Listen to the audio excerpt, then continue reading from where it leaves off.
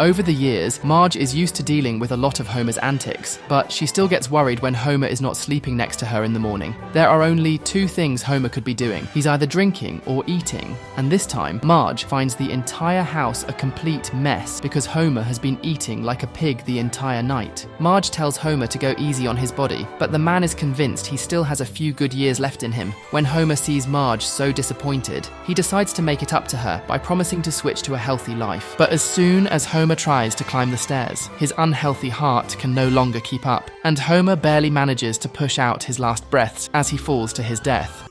All that's left are clever last words.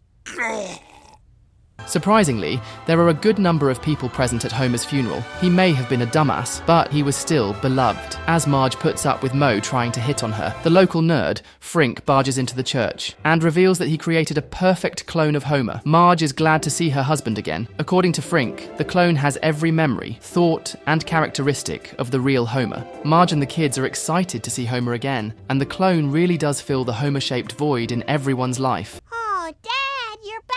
Just in time for my recital! Somebody kill me.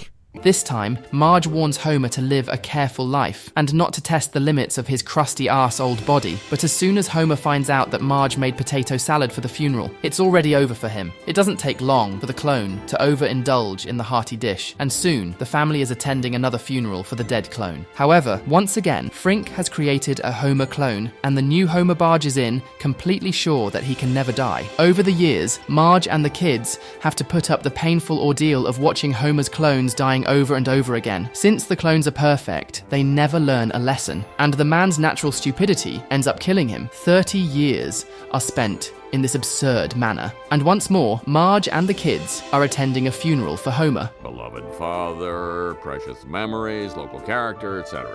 Okay, we're ready for the crematorium, Bart.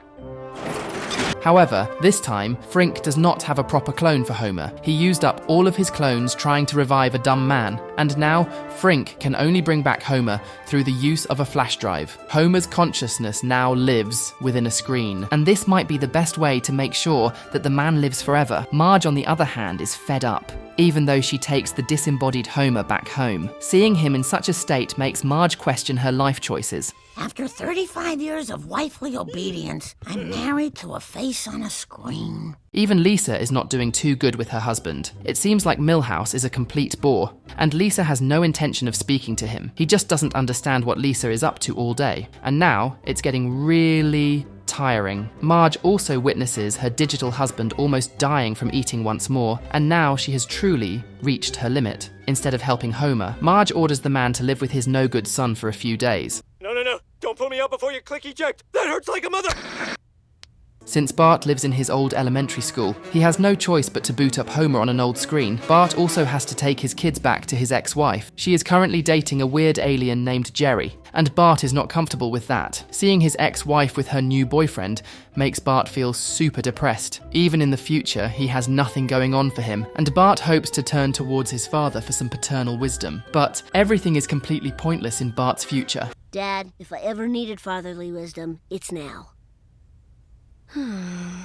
Later on, Bart is at work trying to take care of dinosaurs, but he is completely distracted. He misses his kids and ex-wife too much. Meanwhile, Lisa volunteers to give out vegan brains at a zombie rescue facility. But her work is disturbed by Milhouse. Lisa is extremely annoyed to see her boring husband pestering her, and it doesn't take long for Milhouse to make matters worse by offending a zombie and getting bitten by the monster. As Lisa deals with this new headache, Bart tries to make a little progress as well. Later at night, Bart goes to a club with Nelson, but he has no charisma at all. He somehow ends up making himself look like a fool, and then gets kicked out of the club for being a buzzkill. Bart now feels completely alienated by the world, and he tries to make himself feel better through the one thing he was good at: skateboarding. One, please.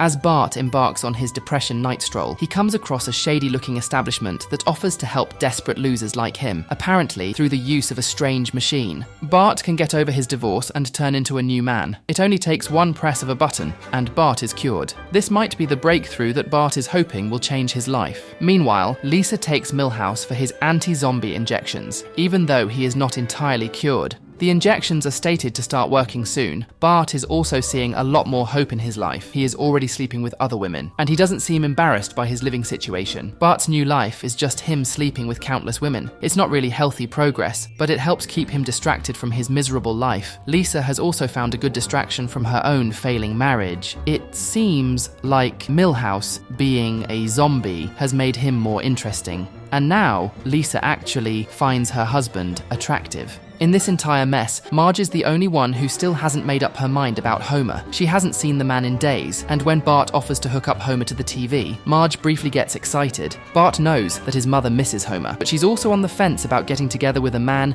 who keeps repeating the same mistakes over and over again. Marge and Homer stay separated for a longer period of time, and soon, Bart informs Homer of his new body arriving in the mail. It's not as good as the clones, but at least now Homer can walk around on his own and embarrass himself in real time. Hey, where's my junk? Oh.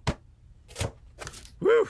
Bart is also surprised to see his kids visiting him once more, and he learns that his ex-wife has left the alien. In fact, Bart's ex-wife now finds him a lot more mature, and she is willing to spend more time with him. The two of them go to a fancy restaurant, and for the first time in years, Bart's ex-wife doesn't look at him with disgust. The two of them decide to speak with the kids, and announce that they are officially getting back together. Bart now lives with his ex-wife, and he spends most of his time pretending to look after the kids. When he's not at home, Bart is at work bullying dinosaurs and making a fool out of the extinct species. Well, now that you're up, you can do your juggling act.